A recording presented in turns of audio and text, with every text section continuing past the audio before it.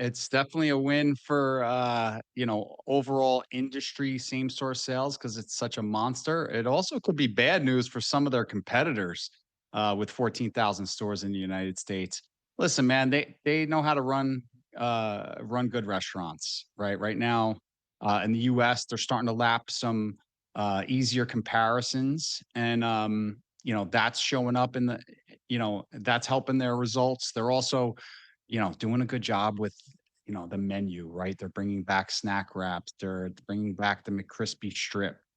They debuted a daily double. They've been pressing on value all year. That was a big thing since the first quarter. And so, McDonald's has the scale that they can, offer products a little bit cheaper than their peers, and franchisees can still make a little bit of money off of it, right? So, they seem to really be hitting their stride, and they're lapping easy comps in the second half of the year. So, we're looking at a pretty good second half for McDonald's. And international markets led the company's growth. What regions of the world did they really push aggressively towards?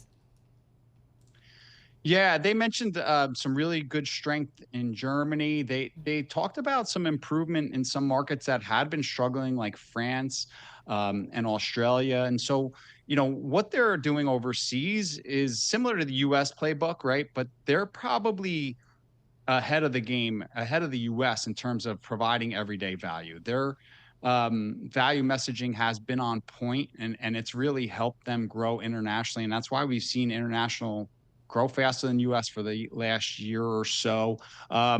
They also cited the fact that there's less competition overseas. So they're really, a pricing leader overseas.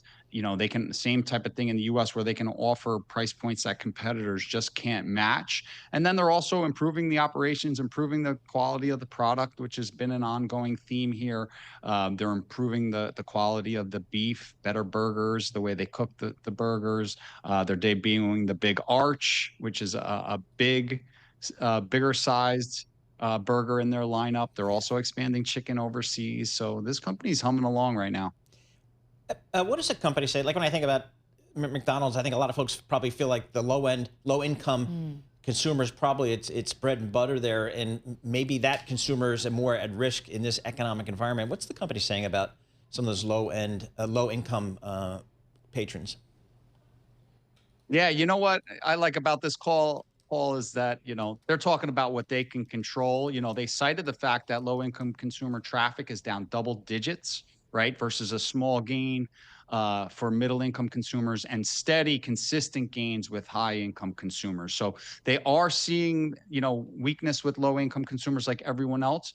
That's why they push so hard on value. That's why they have these, $5 meals and buy one get one for a dollar, and why they put marketing dollars behind that. That's part of the beauty of the snack wraps. They're coming back at a 2.99 price point. We think that's going to bring some low income consumers back into the fold, right? So they understand that people are very price sensitive right now, and they're addressing it with the price points, but they're also trying to give people better quality and better service at the same time.